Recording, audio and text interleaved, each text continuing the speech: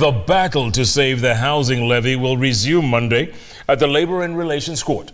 The court will be considering whether to merge the case filed by the Federation of Kenya together with the Consumers Federation of Kenya cofek and the Trade Unions Congress TUC.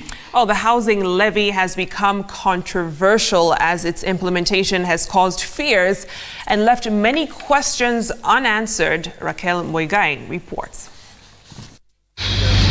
The ambitious housing plan by the government is one that continues to anger many Kenyans.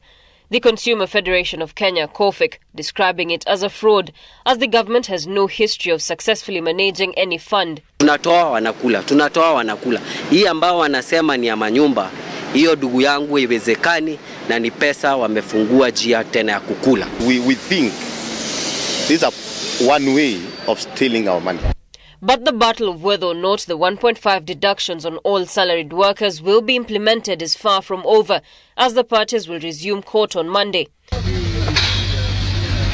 The Ministry of Transport and Housing and the Kenya Revenue Authority caused panic after publishing a media notice in April that the government will start collecting the 1.5% levy from May 9th. However, the notice was stopped by the High Court following a petition by cofek. Moreover, the Federation of Kenya Employers insists that the levy is unfair, as employers will also pay the 1.5% while they deduct a similar percentage from employees.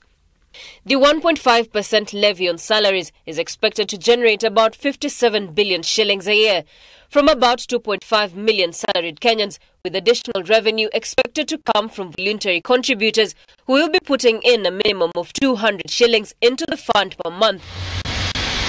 Contributions that are supposed to assist in the delivery of President Kenyatta's pledge of putting up 500,000 houses in the next 5 years that will be built by private companies and then sold to qualified applicants determined by lottery. But even as the court is set to give direction of the case on Monday, Kenyans are skeptical over the fund that comes at a time when the administration needs to shore up government finances in the short term as it struggles to meet a budget deficit and debt repayments.